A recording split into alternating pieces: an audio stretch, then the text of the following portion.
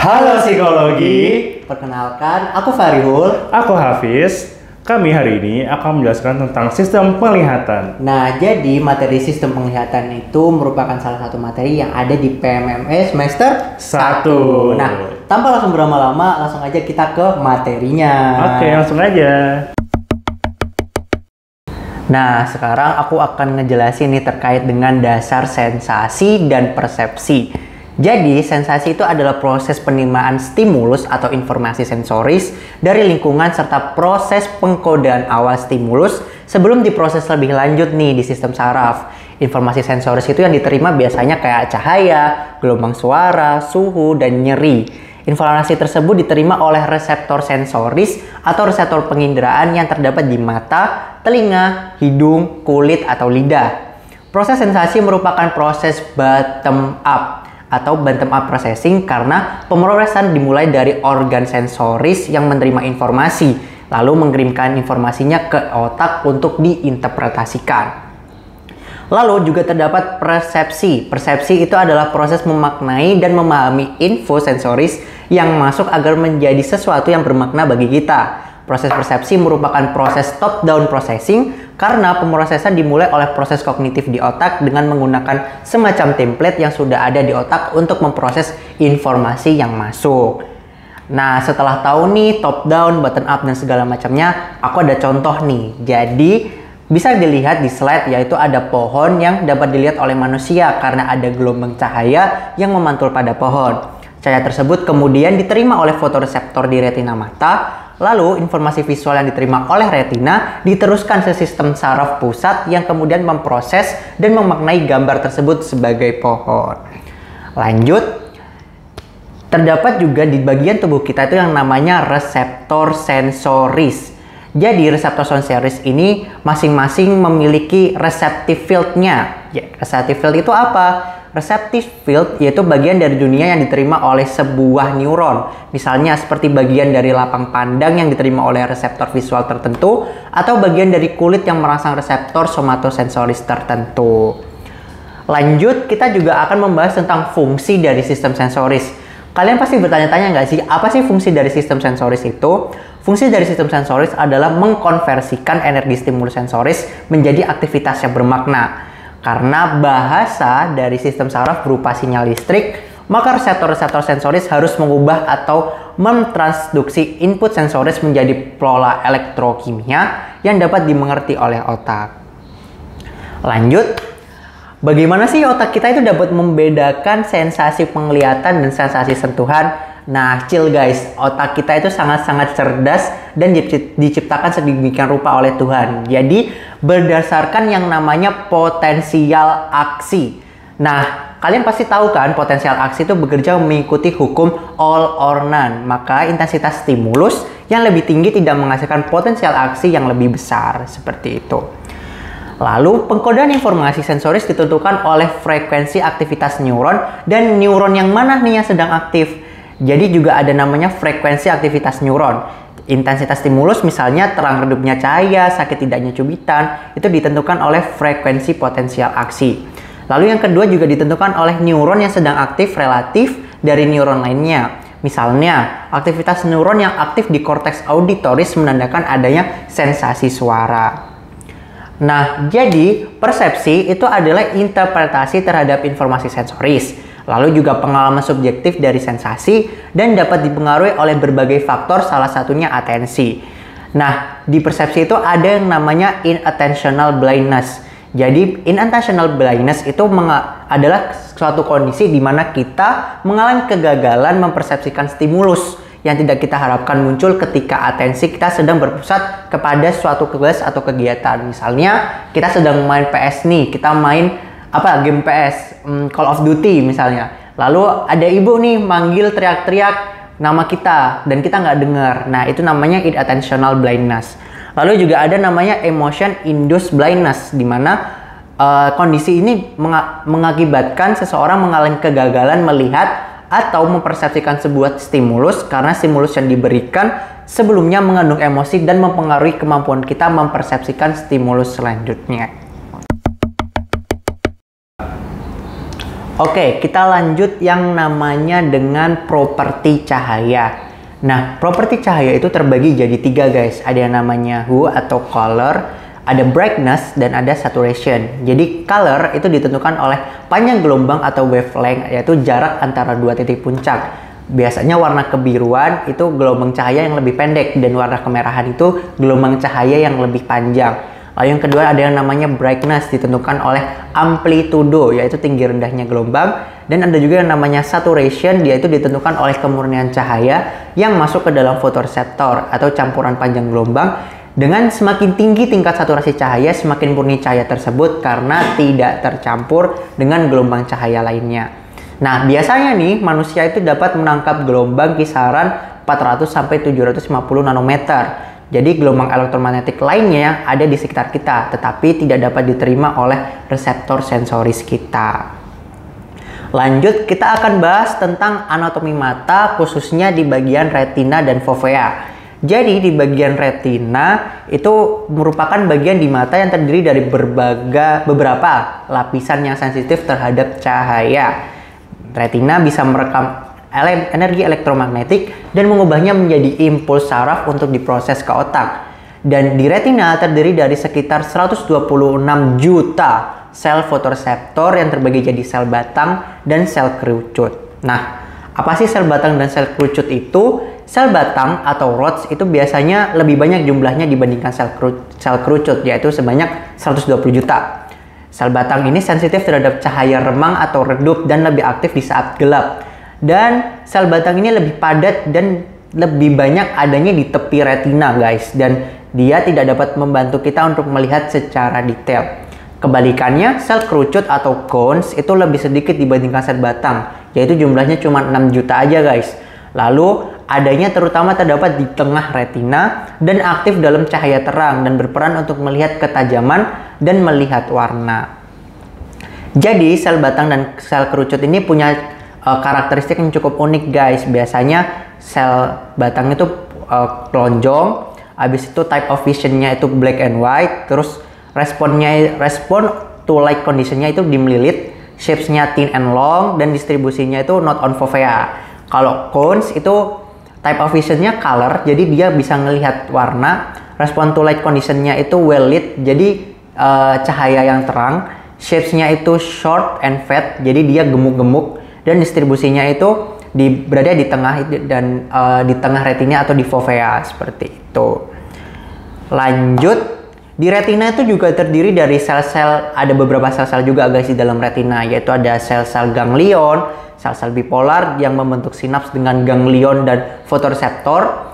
Lalu sel-sel amakrin juga membentuk sinaps dengan ganglion, dan sel-sel horizontal yang membentuk sinaps dengan fotoreseptor.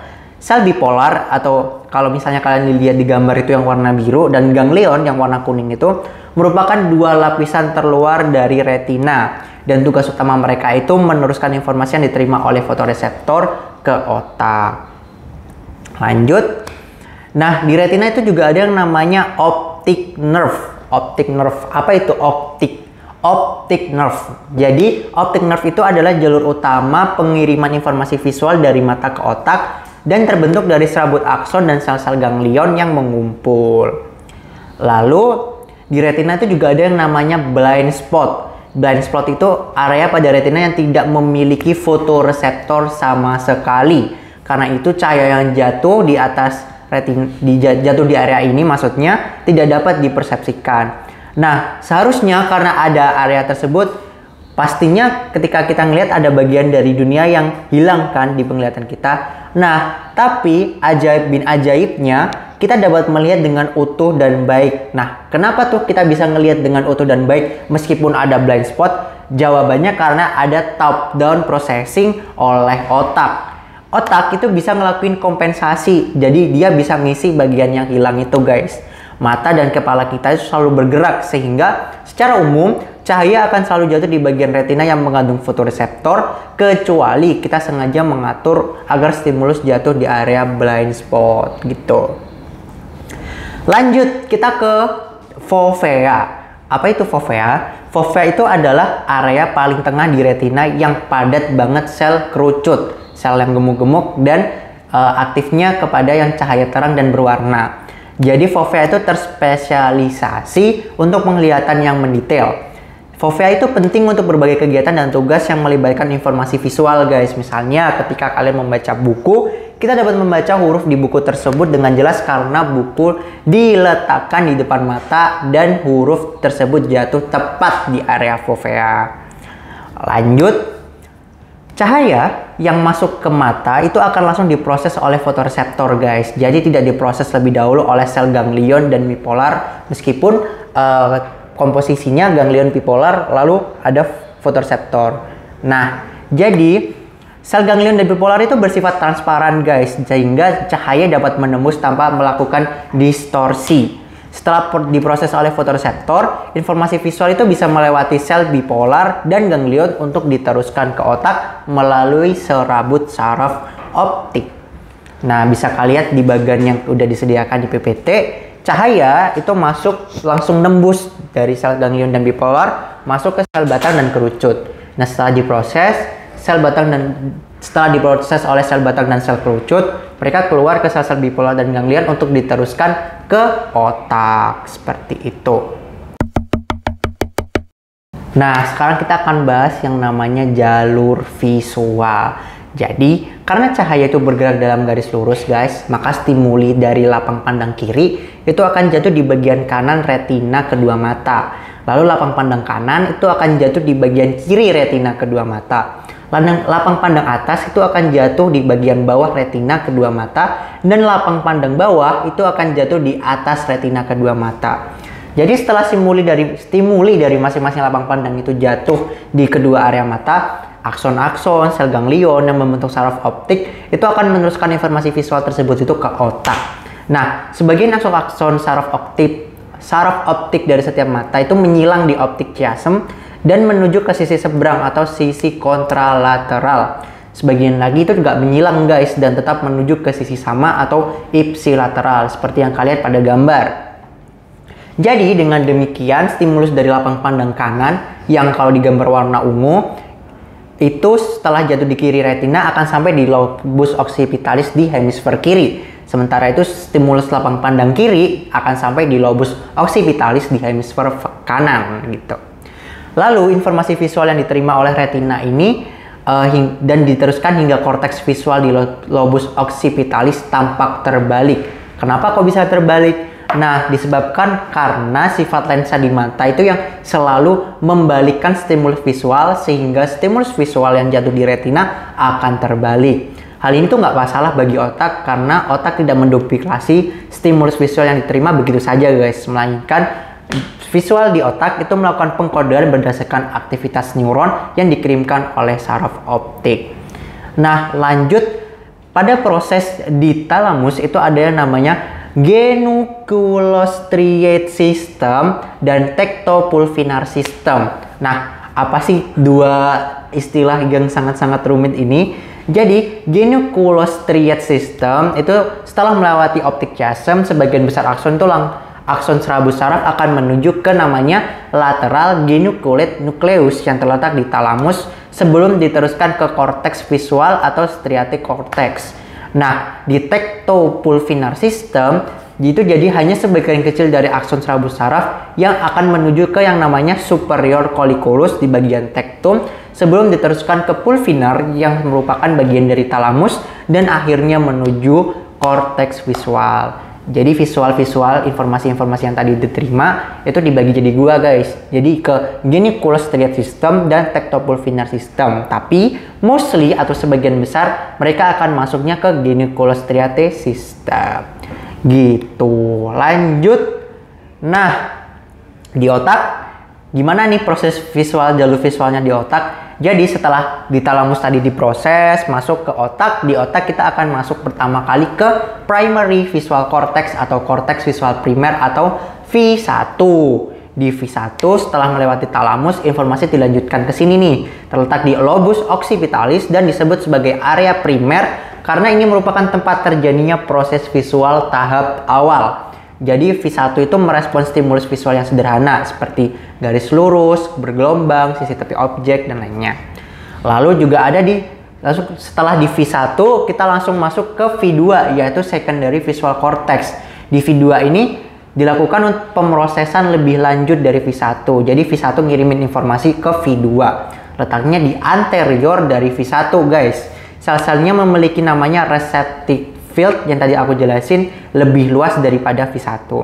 Nah, ngapain sih V2 ini? V2 itu punya fungsi untuk merespon informasi sudut, tekstur, dan bentuk yang lebih kompleks. Nah, setelah diuji di V1, setelah diproses di V1, di V2, dari area V2 itu informasi sudah bisa diolah lebih lanjut dan bisa juga dikembalikan ke V1. Tetapi juga bisa diteruskan ke berbagai area visual lain, ke V3, V4, dan V5.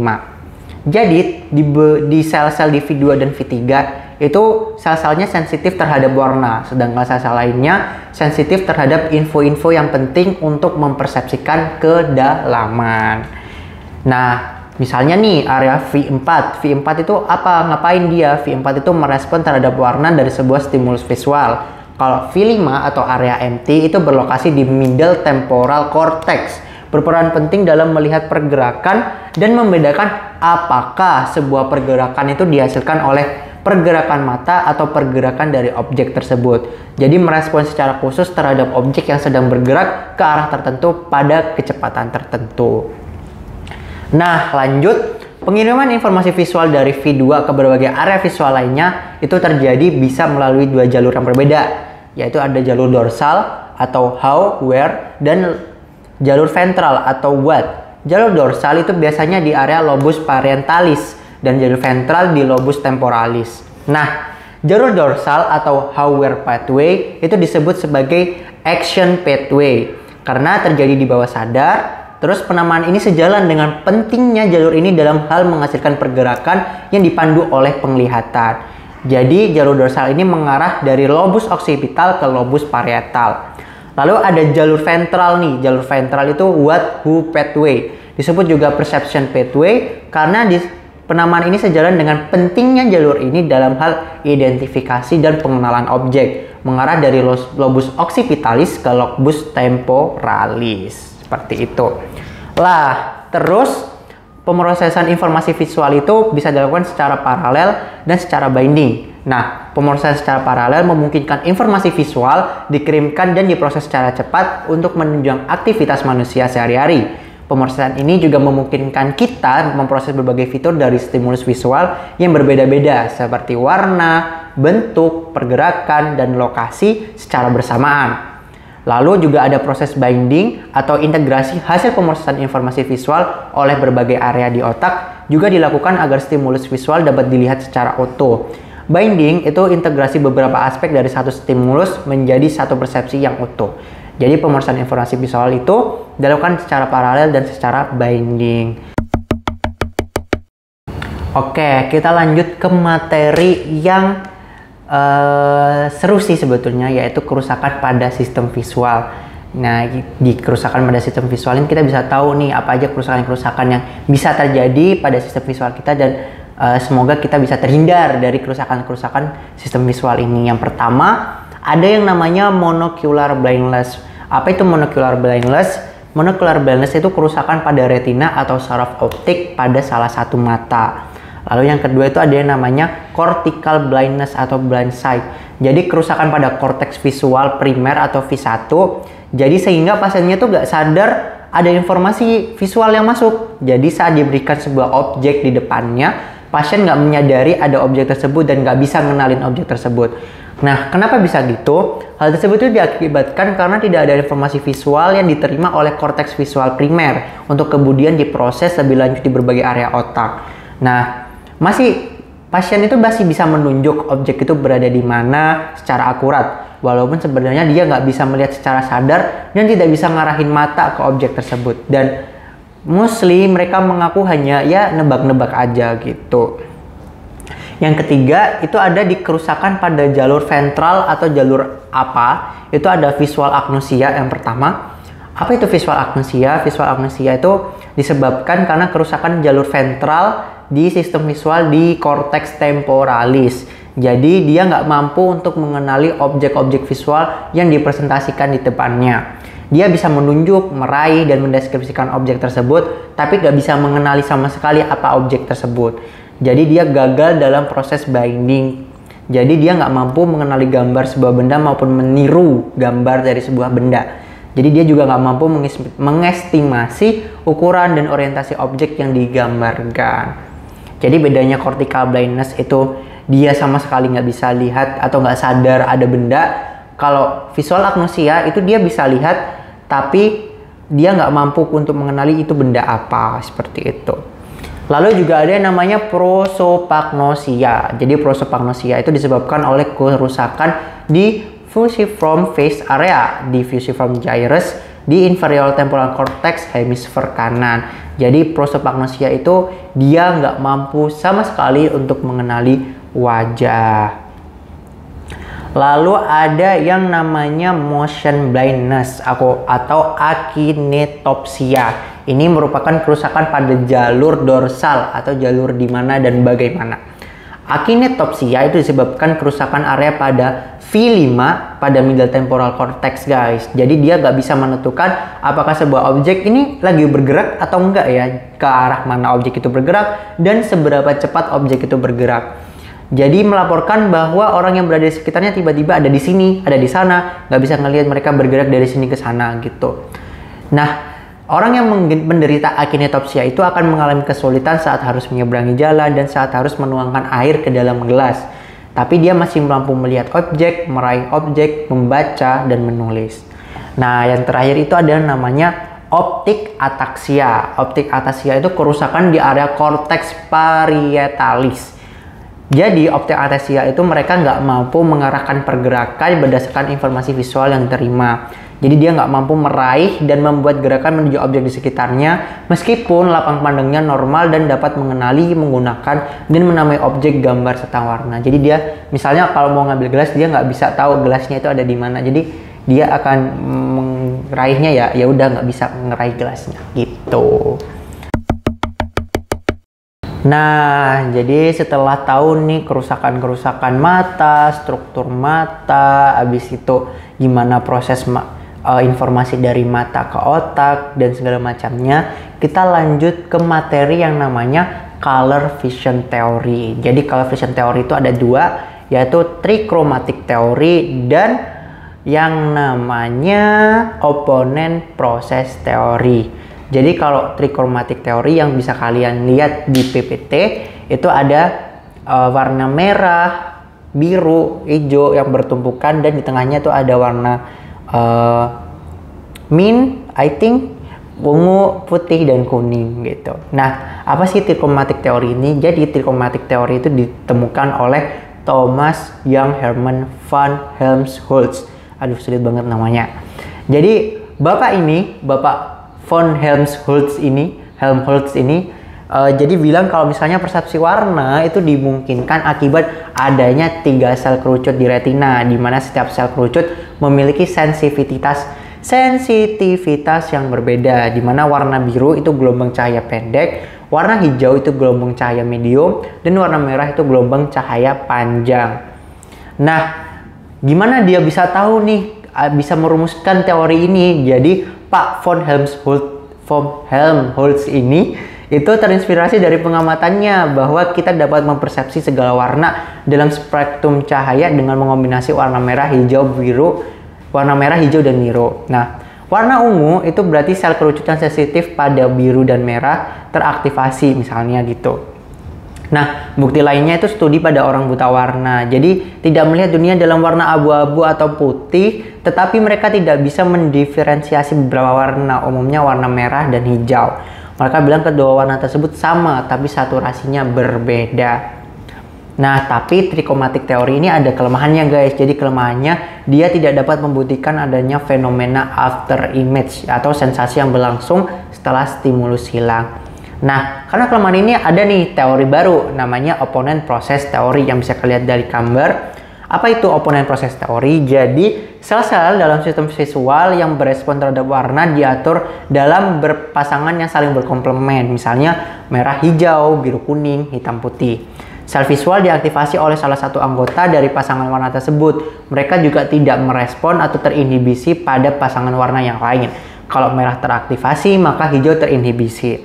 Nah, ketika sel visual berespon hanya pada satu anggota warna, warna tersebut teraktivasi dalam waktu yang sangat lama. Sel tersebut akan lelah dan berespon dengan cara menghasilkan warna yang merupakan komplemennya. Dan itulah yang menyebabkan yang namanya after image. Nah, kesimpulannya gimana nih? Mana yang benar nih? Opponent process atau trichromatic?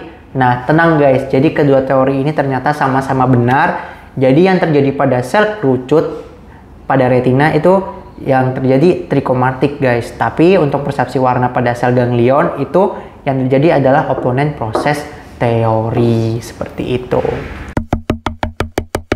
Oke, selanjutnya aku akan membahas tentang persepsi bentuk dan kedalaman. Nah, jadi persepsi bentuk tuh bagaimana kita bisa melihat sebuah bentuk gitu. Kayak bentuk tuh seperti ini laptop. Laptop kan ini bentuknya persegi panjang gitu. Nah, kita tahu ini persegi panjang tuh dari mana sih?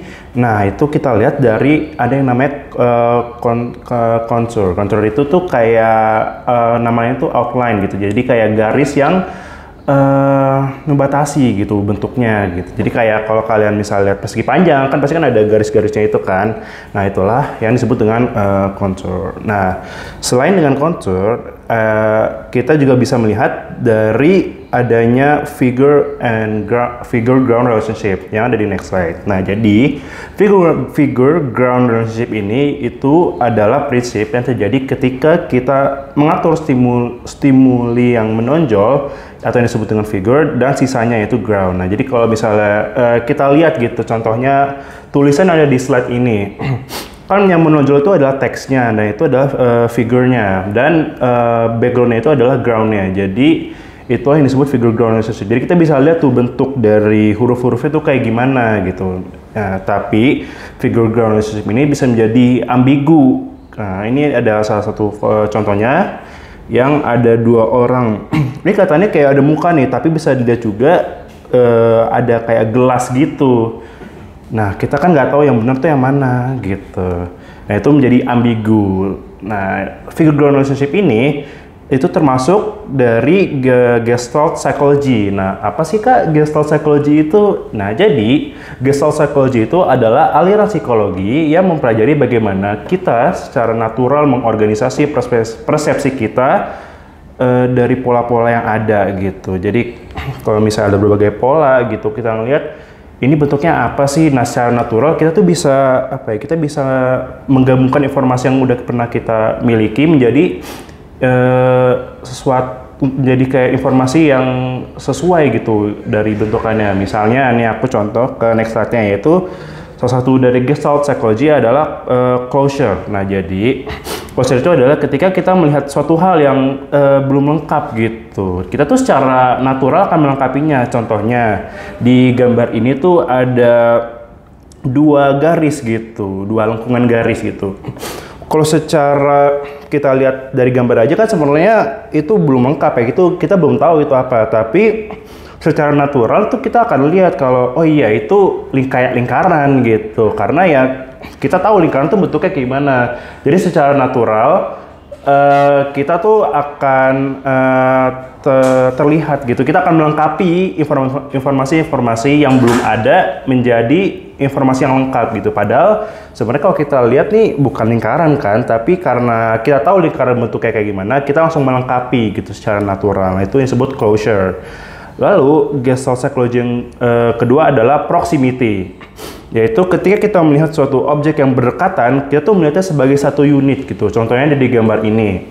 Jadi kalau kita lihat, ini kan sebenarnya ada lingkaran-lingkaran kecil ya, lingkaran-lingkaran kecil yang berdekatan gitu. Ini kan ada, coba kita hitung, ada 1, 2, 3, 4, 5, 6, 7, 8, 9 gitu.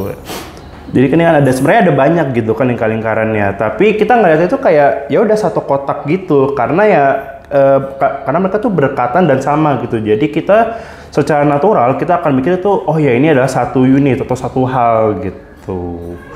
Lalu selanjutnya ada yang namanya similarity. Jadi similarity itu adalah ketika kita melihat suatu objek yang mirip, kita tuh melihatnya sebagai satu unit. Nah, ini mirip kayak proximity tadi gitu, yang dimana ketika kita melihat hal-hal yang mirip gitu di satu, misalnya nih kalau di contoh gambar ini kan ada di satu kotak gitu, kita lihatnya di satu unit, padahal kalau kita lihat ini tuh beda-beda warna kan, seharusnya itu suatu hal yang berbeda, tapi karena mereka mirip, jadinya kita nganggapnya oh ini satu hal yang sama, itu kita satu unit yang sama gitu. Kesimpulannya adalah kalau dari bentuk kita lihat tuh dari konturnya tadi ya kita lihat outline-nya kayak gimana sih bentuknya gitu, dari garis-garisnya gitu, dan itu terkadang membuat ambigu ya. Dan salah satu hal yang ditandai dari persepsi bentuk itu yaitu tadi Gestalt psychology, yang dimana itu kita secara natural kita bisa mengatur pola-pola yang belum lengkap menjadi lengkap, atau pola-pola yang sebenarnya berbeda tapi bisa menjadi satu karena adanya kedekatan atau kesamaan. Lalu aku mau bahas tentang persepsi kedalaman. Nah, jadi persepsi kedalaman tuh persepsi untuk kita melihat objek yang 3 dimensi gitu. Nah, persepsi kedalaman itu dibagi menjadi 2, yaitu binocular view dan monocular view. Ya, sesuai namanya, binocular view itu kita melihat sesuatu menggunakan kedua mata. Sedangkan monocular view itu kita melihat sesuatu dengan hanya satu mata saja. Nah, aku pertama mau bahas tentang binocular view dulu nih. Nah, jadi seperti yang aku bilang tadi, binocular view itu ya view yang menggunakan kedua mata kita gitu. Nah, itu kalian bisa lihat, kalian bisa praktekin gitu. Jadi misalnya kalian nih ada tangan kalian taruh sini, terus kalian tutup satu mata kalian, terus lihat lagi gini terus pasti tangannya itu berpindah-pindah gitu ya, karena kalau cuma satu mata doang terkadang memang kurang jelas gitu, di mana sih tangan kita yang sebenarnya gitu. Tapi ketika ada kedua mata kita tuh ngelihat secara jelas, oh tangan kita tuh sebenarnya ada di sini gitu. Nah, di binocular view itu yang penting itu adalah salah satunya adalah convergence, yaitu pergerakan otot mata untuk melihat seberapa dalam atau jauhnya suatu objek gitu. Jadi contohnya ini aku lihat kamera ini kan sebenarnya jauh gitu dari aku. Aku tuh bisa lihat dengan gak usah aku harus memfokuskan mata aku gitu. Tapi kalau misalnya ada suatu barang yang dekat gitu, aku ya harus lihatnya benar-benar dengan fokus gitu, karena biar aku lihat apa sih sedekat apa jari aku ini ke aku gitu. Selanjutnya adalah yang monocular view, yaitu kita melihat view yang ada menggunakan satu mata kita aja gitu. Nah, itu ada berbagai macam nih, jadi mohon bersabar ya teman-teman. Jadi ada familiar size, ada height in the field of view, ada linear perspective and relative size, ada overlap, shading, dan texture gradient. Oke, aku akan bahas satu-satu biar kalian paham. Yang pertama itu ada familiar size gitu. Kita bisa tahu kedalaman atau jarak suatu hal dari pengalaman kita. Misalnya ini aku di contoh yang aku kasih ini ada gambar pesawat. Sepengalaman kita kan kita tahu gitu, kalau kita pesawat bisa kecil gitu, itu kan kita tahu pasti itu jauh gitu ya, karena kita tahu, kita berpengalaman melihat pesawat yang ada jauh gitu kan dari penglihatan kita gitu. Jadi walaupun pesawat ini difoto dengan dekat gitu, kita tahu gitu, padahal jarak aslinya itu jauh gitu dari kita, padahal di foto ini terlihatnya dekat gitu kan. Cuma karena kita tahu familiar size-nya, kita tahu gitu jarak pesawat ini sebenarnya jauh gitu dari kita. Lalu yang kedua itu ada height in the field of view. Jadi suatu objek yang diposisikan lebih tinggi itu terlihat lebih jauh gitu. Nah, mungkin untuk teman-teman yang suka ngedesain atau suka gambar mungkin tahu gitu, kalau kadang kalau misalnya kita taruh sebuah elemen gitu di atas, itu akan terlihat secara ilusnya gitu kan, kita akan terlihat lebih jauh, yaitu karena ini tadi height in the field of view gitu. Kita ketika menaruh suatu objek gitu yang diposisikan lebih tinggi dari yang lain gitu, tuh akan terlihat lebih jauh tuh. Contohnya dari foto ini yang dimana pohon yang paling atas ini terlihatnya ya kerasa lebih jauh gitu, karena pohon yang ketiga ini diposisikannya lebih tinggi daripada yang lain.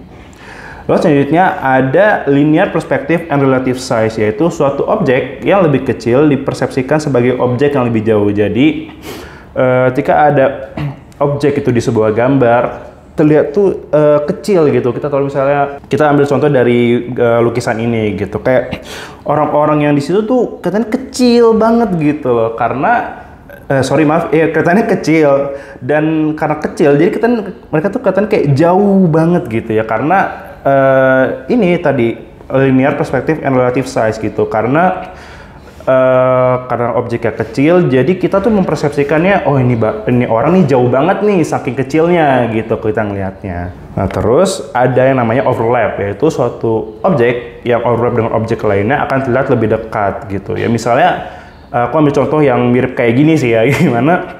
Ini kan aku ada laptop nih, ada aku. Nah laptop ini kan nge-overlap aku kan, nah jadi kalian ngelihatnya pasti laptop ini lebih dekat ke kalian gitu ya, karena ini overlap Q ini gitu. Terus selanjutnya ada shading. Nah ini untuk kalian yang gambar mungkin udah familiar ya, jadi itu yang persepsi yang terjadi ketika ada perubahan posisi lampu atau posisi yang melihat objek gitu. Jadi kalau lampunya ke arah mana pasti kan shadow-nya itu berbeda kan. Jadi ketika kita ngelihat misal di area sini dan ada lampu yang di sini pasti beda gitu.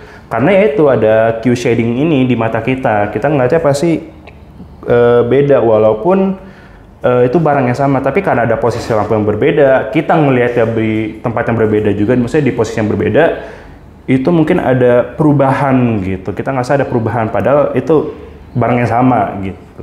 Terus selanjutnya ada tekstur gradient. Nah, jadi tekstur gradient ini membahas kalau tekstur suatu hal itu akan semakin padat dan halus ketika yang melihat itu semakin jauh dari hal tersebut. Jadi contohnya dari gambar ini kalau bisa kalian lihat, mungkin ini kan kayak buah-buah gitu ya. Nah kan kalau kalian lihat ini tuh di awal-awal tuh yang di dekat-dekat itu tuh kayak detail banget tuh, tapi semakin ke belakang, semakin jauh dari kita itu semakin padat gitu, semakin halus, semakin nggak detail gitu, nggak terlalu kelihatan gitu. Ini tuh apa? Karena itu tekstur gradient ini, karena semakin jauh dari kita akan terlihat semakin halus, semakin padat gitu. Itulah yang disebut dari tekstur gradient. Oke, selanjutnya aku mau bahas tentang motion, terus konstansi dan illusion. Nah, mungkin kalian masih bingung tuh, apa sih Kak motion, konstansi, illusion? Nah, ini aku di sini akan jelasin gitu, apa aja sih yang apa saja yang tadi aku sebut-sebut tadi itu apa gitu. Nah, yang pertama itu ada motion. Jadi bagaimana kita mendeteksi sebuah gerakan. Nah, manusia dan primata lain tuh bisa mendeteksi gerakan tuh salah satunya dari neuron yang ada di mata kita itu yang bernama sel parasol ganglion. Tapi selain dari neuron itu kita juga mendeteksi gerakan dari respon tubuh kita gitu. Apakah kita yang bergerak atau orang lain yang bergerak gitu. Nah contohnya itu kayak misalnya ada bola gitu lewat, pasti kan respon tubuh kita ngelihat bola itu dengan mata kita gitu, dengan tubuh kita gitu ya. Itu kan berarti orang lain yang sedang bergerak. Nah itu cara kita mendeteksi gerakan gitu. Persepsi gerakan itu ada dua gitu. Ada yang pertama tuh real movement dan apparent movement. Nah real movement ini ya seperti gerakan biasa gitu, seperti kalian lagi lihat aku bergerak gini, ini kan ini real movement nih. Lalu ada lagi yang apparent movement. Nah apparent movement ini kita tuh ngelihat sesuatu tuh bergerak, tapi tuh sebenarnya yang nggak bergerak gitu. Nah apa aja sih Kak di apparent movement? Nah di apparent movement itu ada dua. Pertama beta movement dan V phenomenon. Nah, aku mau jelasin beta movement dulu nih. Jadi beta movement itu kita melihat gambar yang bergerak itu seperti saat kita melihat gambar itu kayak bergerak gitu. Kayak itu otak kita tuh melengkapi perbedaan gambar tersebut menjadi sebuah ilusi gerakan. Nah contoh itu kalau misalnya kalian pasti sering lah ya nonton film. Nah di film itu kan sebenarnya kan bukan kita merekam video, tapi kita kan kayak foto yang diambil banyak gitu, jadinya bisa bergerak. Nah itu kan makanya ada sebutannya FPS gitu, frame per second gitu ya, dimana itu setiap detik itu ada 24 foto, 24 frame gitu. Itulah kenapa disebutnya FPS. Nah cara kita melihat sebuah film atau stop motion, mungkin yang lebih kelihatan ya dari beta movement ini, yaitu karena adanya beta movement, karena otak kita tuh otak kita tuh keren guys, karena otak kita tuh bisa melengkapi gitu gambar-gambar yang lagi diem nih, ketika di play secara cepet gitu itu bisa menjadi sebuah gerakan gitu, padahal kan itu gambar gitu, padahal kalau kita cuma lihat misalnya satu frame aja kan sebenarnya itu gambar, tapi karena ada di play secara cepat, otak kita tuh langsung mikir kayak, wah ini ada gerakan nih, langsung kelihatan gitu. Jadi otak ini keren banget guys. Jadi ya jagalah otak kalian. Nah, lalu yang kedua ada namanya V phenomenon. Nah, V phenomenon ini itu ketika kita melihat gambar yang bergerak karena kedua gambar itu berdekatan gitu. Jadi contohnya itu kalian tahu kan kalau misalnya buffering di YouTube gitu atau di laptop itu kan sebenarnya itu kan gambar-gambar gitu yang ya di play aja gitu, tapi itu sebenarnya kan gambar gitu. Itu sebenarnya ya nggak bergerak, tapi karena karena kedua gambar itu berdekatan gitu, akhirnya jadi kelihatan bergerak. Contoh lainnya juga itu kayak ini lampu Natal. Kalau lampu Natal kan sebenarnya ya udah lampu nyala hidup itu kan sebenarnya nggak bergerak, tapi karena adanya waktu, dan mereka juga berdekatan, kelihatan itu bergerak gitu lampunya. Itu yang dinamai V phenomenon. Lalu aku mau bahas konstansi, yaitu ketika suatu objek itu tuh tetap terlihat konstan walaupun stimulus sensoris yang masuk berbeda. Itu maksudnya apa sih kak? Oke, aku langsung masuk ke tipe-tipenya aja nih biar kalian jadi lebih paham. Nah, jadi konstansi persepsi itu terbagi jadi 3. Ada yang namanya size constancy, shape constancy, dan color constancy. Nah, dari size constancy ini, jadi itu sebuah ukuran objek itu tetap akan sama walaupun gambaran retinalnya berubah. Contohnya, nih kalau di gambar ini kan ada balon udara. Kita tuh lihat gitu balon udaranya yang paling jauh tuh kecil, yang deket tuh gede banget. Tapi karena pengalaman kita tahu ya kalau balon udara ya segitu-segitu aja gitu biasanya. Jadi walaupun yang jauh tuh terlihat kecil, kita tuh tahu gitu bahwa ya balon udara itu memang segitu-gitu aja, nggak akan berubah walaupun terlihat kecil. Nah, itu yang dinamai dari size constancy ya, dari namanya gitu kan, size, ukuran gitu. Lalu yang kedua ada namanya shape constancy, yaitu ya bentuk, konstansi dari bentuk. Nah, jadi sebuah bentuk objek itu tetap akan sama walaupun orientasi objeknya berubah. Nah, ini aku ada contohnya itu pintu gitu. Ketika kalian misalnya buka pintu gitu, walaupun pintunya itu kan pindah gitu kan, tapi kan bukan berarti ketika pintunya maju atau mundur itu berubah kan bentuknya, itu pintu tetap persegi panjang gitu.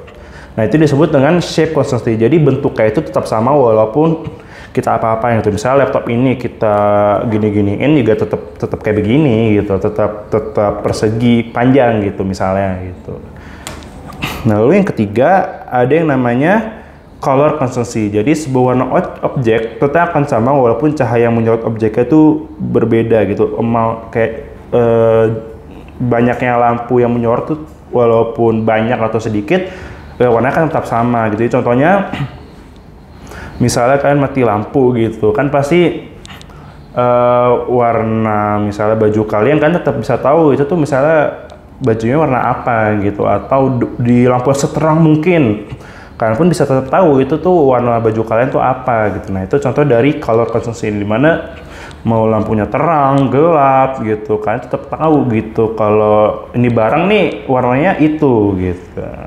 Lalu aku mau jelasin tentang illusion. Nah, jadi illusion ini tuh cue yang sudah dipelajari yang tadi kayak di monocular cue, binocular cue.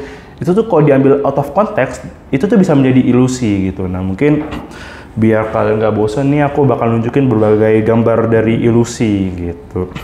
Yang pertama nih ada namanya Muller layer illusion.